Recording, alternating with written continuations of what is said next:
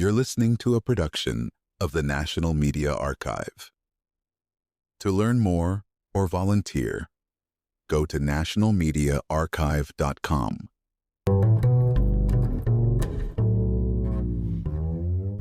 Why do we so quickly forget the financial tragedies of the past? In a world where markets move at lightning speed, history becomes our compass, guiding us through uncertainty. Let me tell you today, we'll dissect the Greek debt crisis, not just for the drama, but for the vital lessons it offers anyone interested in economics, policy, or even personal finance. You might be asking, what makes Greece so special? It's the perfect storm. Political choices, economic pressures, and international entanglements all collided here. By breaking down what happened, we'll uncover how financial mismanagement and creative accounting can spiral into full-blown disaster. Throughout this episode, I'll introduce you to key terms like debt to GDP ratio, think of it as a country's credit card balance compared to its annual salary, and currency swaps, a kind of financial sleight of hand. Ready to understand not just what happened, but why it matters both for nations and for your own money decisions. Strap in, because this is a story with twists, turns, and lessons at every corner.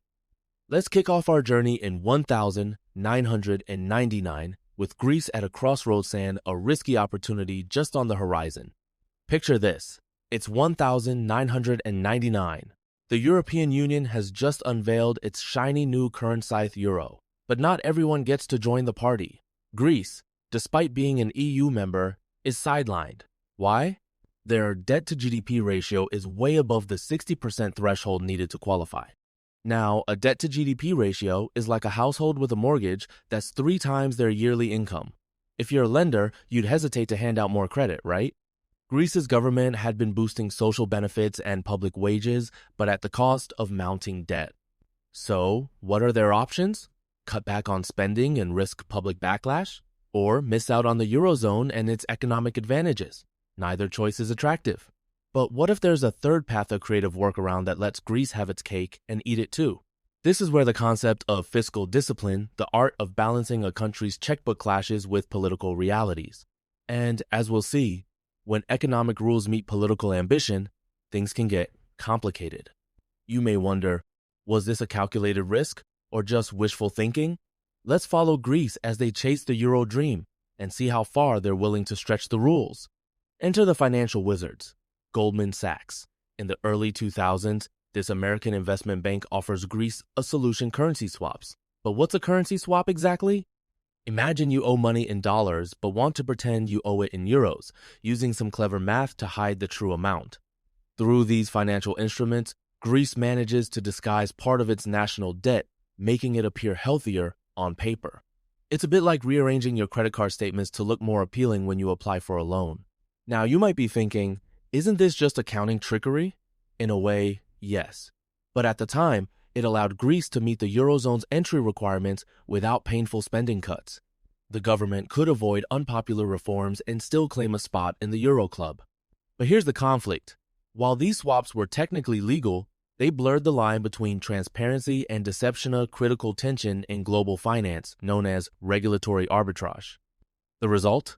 In 2001, Greece officially adopts the euro, setting the stage for both economic growth and the seeds of future crisis. With euro adoption, Greece suddenly enjoys access to cheaper loans and increased international trade. It's like getting a gold credit card with a low interest rate, backed by the financial muscle of the entire Eurozone. Government spending ramps up. The 2004 Athens Olympics are secured. GDP rises, unemployment falls, and optimism is in the air. EU subsidies, essentially grants from wealthier neighbors, help patch up budget deficits. But here's the catch. Debt to GDP keeps climbing, quietly reaching 110% by the mid-2000s. That's a warning sign like maxing out your credit card because you're confident your next paycheck will cover it. Now, some warned that these good times were masking deep imbalances.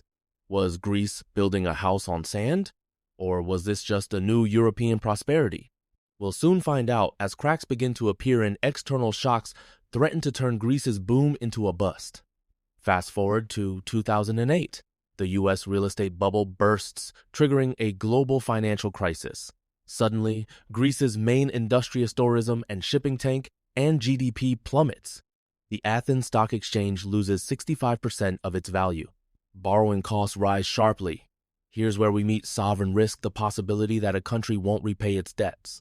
Investors start to panic, demanding higher interest rates for Greek bonds. Now, you might ask, why can't Greece just devalue its currency to boost competitiveness? Because it no longer controls its own currency. Euro is managed by the European Central Bank. This is the downside of monetary union. The conflict is clear. Greece's hands are tied. It can't print money to escape its debt trap, and its credibility is under fire. What began as a distant crisis in America is now an existential threat in Athens. The stage is set for a dramatic revelation and a rapid escalation of the crisis. In 2009, the situation takes a nosedive. It's revealed that Greece's budget deficit isn't 6.7% of GDP as reported, but more than double. This bombshell is the result of creative accounting fudging numbers to appear more stable than reality. Suddenly, the world loses trust in Greece. The country's credit rating is downgraded to junk, status a technical term for investments considered extremely risky, like lending to someone with a history of bounced checks. You might be thinking, couldn't this have been avoided with better oversight? Absolutely. But when incentives align to hide problems, transparency often suffers a recurring theme in financial disasters. With trust shattered, Greece's borrowing costs skyrocket.